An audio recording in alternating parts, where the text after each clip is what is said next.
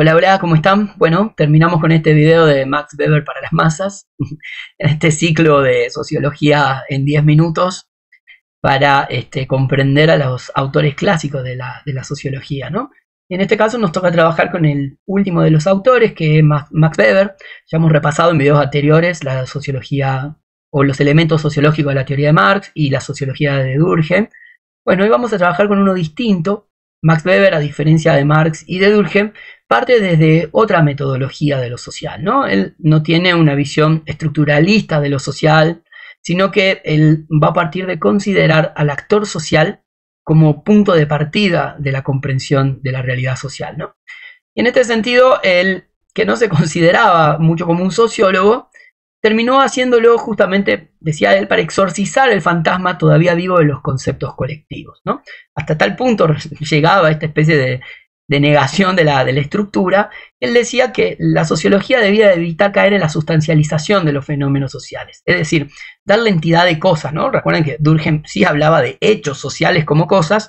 Bueno, Weber prefiere no hablar de hechos sociales como cosas, porque lo que él ve finalmente es que la sociedad existe en tanto conjunto de relaciones o de redes sociales y están atravesados por el sentido que las personas cotidianamente imprimen a esos hechos o a esas formaciones sociales, ¿no?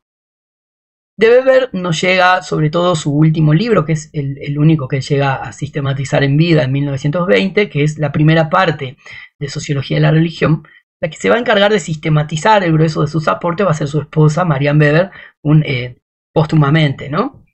La idea fuerza de este autor, que parte, ¿no?, de esta idea del sentido aumentado de la acción que los sujetos tienen, de interpretar ese sentido aumentado, va a ser la idea de una racionalidad creciente a lo largo de los siglos y milenios que la humanidad tiene, ¿no?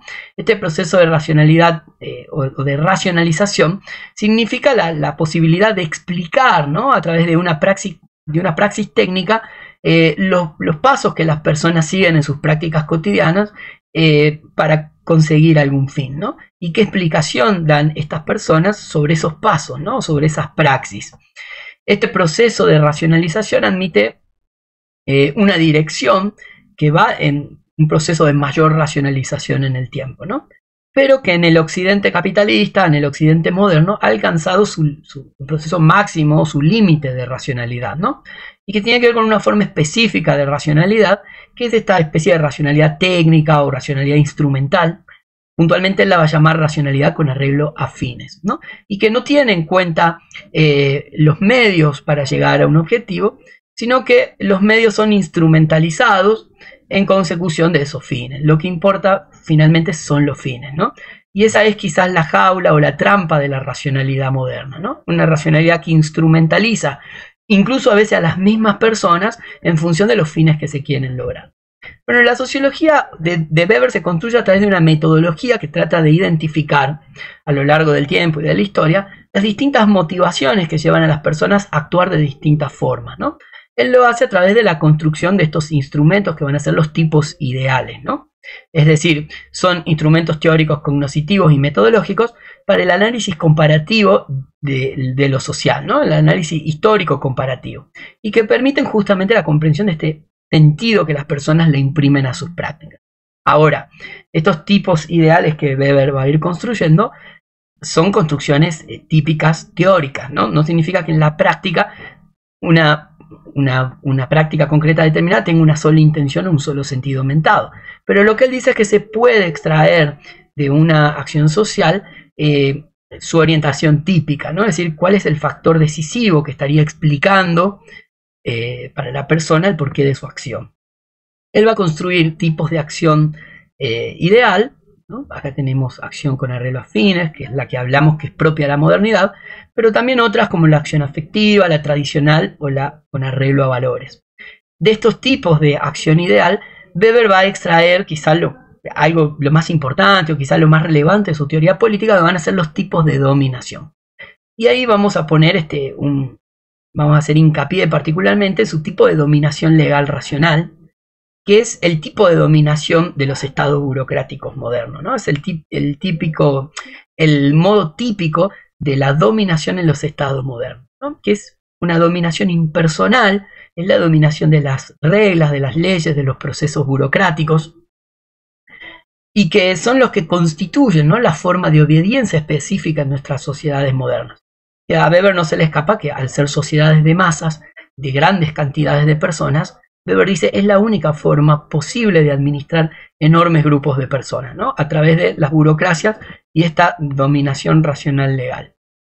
Y si bien la forma de dominación puede residir en distintos aspectos, ¿no?, en la tradición, en los procedimientos legales, también puede residir en el carisma o en los dones extraordinarios que unas personas otorgan a otras, lo cierto es que en última instancia, Weber era un teórico del Estado moderno, el poder del Estado moderno reside sobre todo en su capacidad represiva, ¿no?, en su capacidad de hacer cumplir a través de la violencia determinados mandatos. Sin embargo, insistamos con esta idea de la burocratización, que va a ser el diagnóstico que Weber reconoce sobre todo para las sociedades modernas, ¿no? Si en Marx el problema era la mercantilización y la cosificación, y en Durkheim la problemática era fundamentalmente la anomia, en Max Weber el problema va a ser esta racionalidad con arreglo a fines, que se va a convertir en la forma predominante, ya no solo del Estado y de las burocracias estatales, sino de toda la vida social. Se va a quedar subsumida en esta suerte de burocratización creciente, ¿no?, que por un lado para Weber despierta esta paradoja, ¿no? Es la forma más eficiente de administración de lo social en la modernidad, pero sin embargo se convierte en una especie de jaula de hierro, ¿no?, donde se pierde el sentido y la humanidad misma de los procedimientos que se hallan detrás de este proceso de burocratización. Por eso él va a decir que se convierte en una suerte de jaula de hierro, ¿no?, donde nos vemos de alguna manera obligados a cumplir estos procedimientos que parecen perder el sentido del carácter humano, del carácter social que se halla detrás de ellos, ¿no?, como si fuera una maquinaria impersonal que procese expedientes y trámites, y bueno, se pierde el sentido humano de esos trámites, de esos expedientes y trámites, ¿no? En este sentido, Max Weber es contemporáneo a la problematización de otros autores que van a estar, por ejemplo, Franz Kafka, ¿no?, desde la literatura, cuando uno lee El Proceso, El Castillo, ve esta idea, ¿no?, del Estado moderno, opresor, burocrático, gigante, que termina aplastando, ¿no?, en esa montaña de expedientes, ¿no? Bueno, en este sentido, Max Weber nos propone esta relación, ¿no?, entre pensar las formas de la racionalidad moderna y el impacto que tiene sobre los sujetos.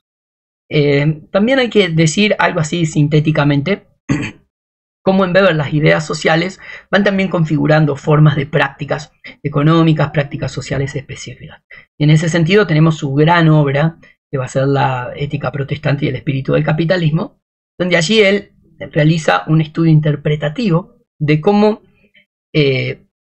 ha sido el cambio cultural, ¿no?, el cambio religioso en esta nueva ética que genera el protestantismo, lo que va a permitir una nueva forma de práctica económica, ¿no?, a través de lo que sería el ascetismo, una vida austera, una vida muy económica, va a desencadenar esta idea de salvación a través de esas prácticas ascéticas en una lógica económica particular en las prácticas, y que según Max Weber está allí la base de lo que va a ser el desarrollo del capitalismo moderno, ¿no? Entonces hace unos pasos distintos a lo de Marx. Acá lo económico no es lo fundamental, sino que va a ser el plano cultural de las ideas lo que va a ir gestando esa transformación económica. Bueno, hasta acá Weber, espero que les haya servido y nos vemos en la próxima. Chau, chau.